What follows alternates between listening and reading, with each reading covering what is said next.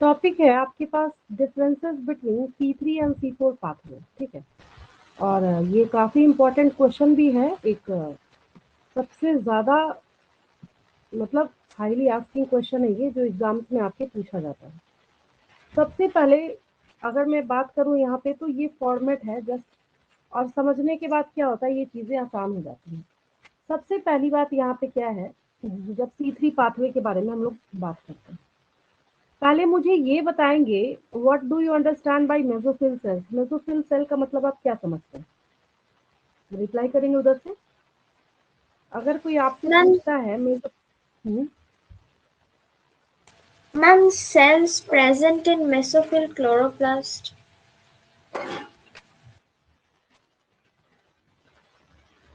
Chloroplast तो ठीक है, मेसोफिल सेल्स में प्रेजेंट होते हैं। मैंने एक क्वेश्चन उल्टा पूछा, मैंने पूछा व्हाट आर मेसोफिल सेल्स, मतलब इसकी खुद की पोजीशनिंग क्या बताएंगे।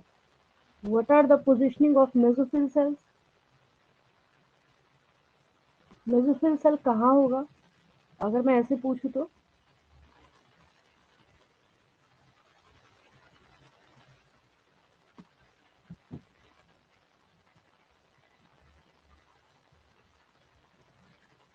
Ma'am, just under the upper epidermis.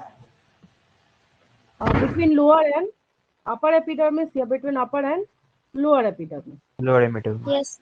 हाँ, अगर आप एक, जब मैं आपको समझा रही थी तब भी मैंने यही बात बताई थी आपको कि अगर आप एक सैंडविच के स्ट्रक्चर को देखते हैं, तो अपर पार्ट और लोअर पार्ट के बीच में जो स्टफ आप डालते हैं उसमें दैट इज मेसोफिल सेल। क्यों जरूरी है?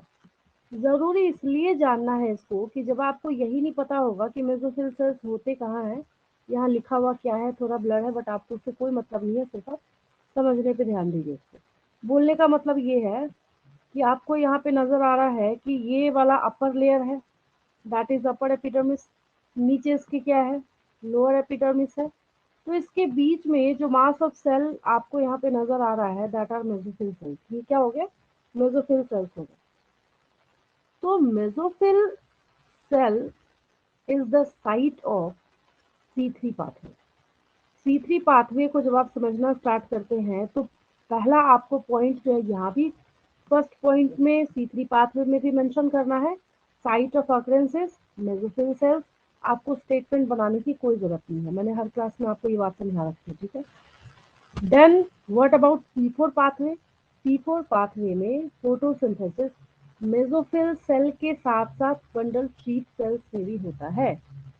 अब सवाल ये उठता है कि ये बंडल शीट सेल आए कहाँ से? क्या रीजन है कि ये बंडल शीट सेल जो है वो अलग से यहाँ पे आपको देखने को मिल रहा है? इसका सबसे बड़ा जो रीजन है ना, वो ये है कि C4 प्लांट्स को जब आप देखते हैं तो इनको हाई टेम्परेचर की रिक्वायरमेंट होती है। तो हाई टेम्परेचर की रिक्वायरमेंट होगी तो ऑब्वियस है कि जो वैस्कुलर बंडल्स होते हैं उनको अपने चारों तरफ एक प्रोटेक्टिव लेयर की रिक्वायरमेंट होगी, है ना।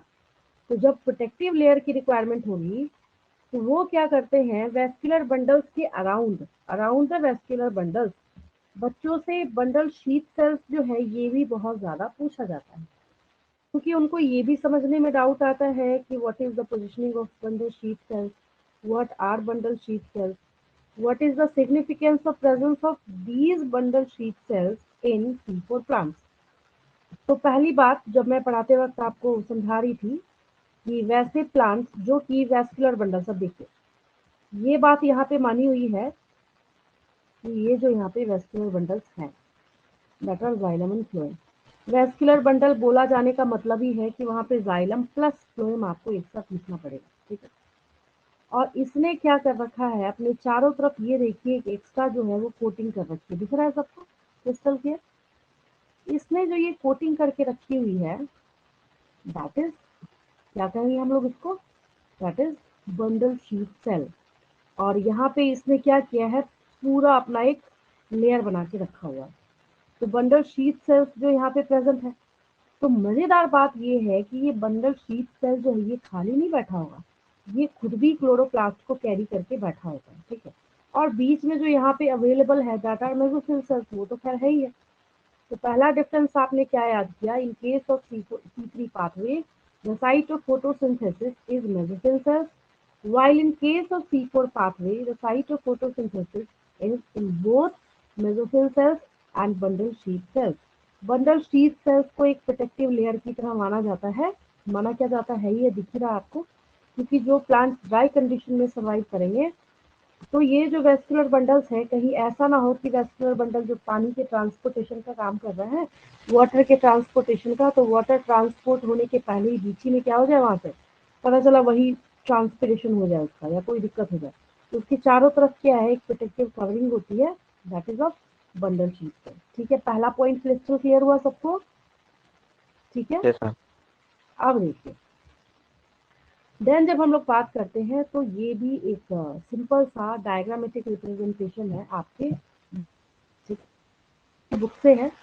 और दूसरी बात ये है कि ये एक ऐसा डायग्राम है जो अपने आप में खुद भी क्लियर करने का काम करता है कि हाँ what are the differences between C3 and C4 pathway. ठीक है, तो एक्चुअली क्या किया गया है कि जब हम ऐसा करें कि ये मेसोफिल सेल है और ये बंडल शीथ सेल है, इसके अंदर यहाँ पे नीचे वेस्कुलर बंडल्स भी होंगे नो डाउट, ये एक रिप्रेजेंटेटिव स्ट्रक्चरल डायग्राम है, तो आपको ऐसा नहीं सोचना है कि ऐसा ही शेप वहाँ पे प्रेजेंट हो रहा है। तो सवाल ये उठता है कि जब आप C3 के बारे में बात करते हैं, किसके बारे में बात करते हैं, C3 पाथवे के बारे में बात करते हैं। तो C3 पाथवे जब मैंने आपको सिखाया था तो C3 पाथवे में आपने क्या देखा था कि आपके पास RUBP आया था, जो यहाँ पे फर्स्ट जो आपने देखा था केमिकल दैट इज RUBP। ठीक है, तो ये RUBP जो आपने देखा था तो उसके बारे में हम लोग क्या कहते हैं, the CO2 molecule acceptor is RUBP। क्या है आपका, RUBP है। ठीक है, एक और डायग्राम आप देख सकते हैं जो आपकी NCERT का है, वो तो एक रिप्रेजेंटेटिव डायग्राम है। आप सिंपल सा जो C3 साइकिल है आपके NCERT बुक का, उसको भी आप देख सकते हैं, बिल्कुल क्रिस्टल क्लियर होती है। उसको देख के आपको हालांकि याद भी होगा, नहीं याद होगा तो याद कर लेंगे। सबसे बड़ी बात ये है कि ये अपने आप में भी एक इम्पोर्टेंट क्वेश्चन है, मतलब C3 पाथवे अलग से भी आपसे पूछा जा सकता है, ये भी इम्पोर्टेंट है, आप ये भी जानते हैं। ठीक है, तो सवाल ये उठता है कि जब आप इस C3 पाथवे को देखते हैं और अगर कोई आपसे क्वेश्चन पूछता है, ये तो खैर मैंने आपको बता रखा है कि there are basic 3 steps which are involve in Calvin cycle. तो इसमें आपने देखा था कि first step is carboxylation, reduction and regeneration. सवाल ये उठता है कि पहले स्टेप के बारे में अगर हम लोग बात करें तो क्या हो रहा था, तो RUBP के साथ कार्बन डाइऑक्साइड जुड़ रहा था, अटैच हो रहा था। तो जब RUBP के साथ कार्बन डाइऑक्साइड यहाँ पे अटैच हो रहा है तो इसको देख के हम यहाँ पे एक पॉइंट लिख सकते हैं, the carbon dioxide molecule acceptor is RUBP, मतलब RUBP प्लस आप क्या कर रहे हैं वहाँ पे CO2 कर रहे हैं। ठीक है, लेकिन जब हम C4 पाथवे के बारे में बात करते हैं तो C4 पाथवे जब आप देखते हैं, फॉस्फोइनोल पाइरुवेट, क्या लिखते हैं हम लोग इसको, एक्सेप्टर मॉलिक्यूल कौन हो जाएगा, फॉस्फोइनोल पाइरुवेट हो जाएगा, ये दूसरा डिफरेंस हुआ। एक में आपको RUBP प्लस CO2 लिखना है, मतलब RUBP is the first member, और दूसरे में आपको क्या लिखना है, PEP लिखना है, मतलब ये दो का डिफरेंसेस होगा। ठीक है, यहाँ पे जो आपके पास केल्विन साइकिल है उसमें फर्स्ट कंपाउंड है दैट इज 3PP, ये आपने सीख रखा है क्रिस्टल के। लेकिन C4 पाथवे के बारे में जब हम बात करते हैं, वो पाथवे भी देख लीजिए। C4 पाथवे के बारे में बात करते हैं तो पहला जो स्टेबल प्रोडक्ट है वहां पे, that first stable product is OAA। ठीक है, पहला स्टेबल प्रोडक्ट आपका क्या हो जाता है, OAA हो जाता है, that is oxalo acetic acid. ठीक है, देन देखिए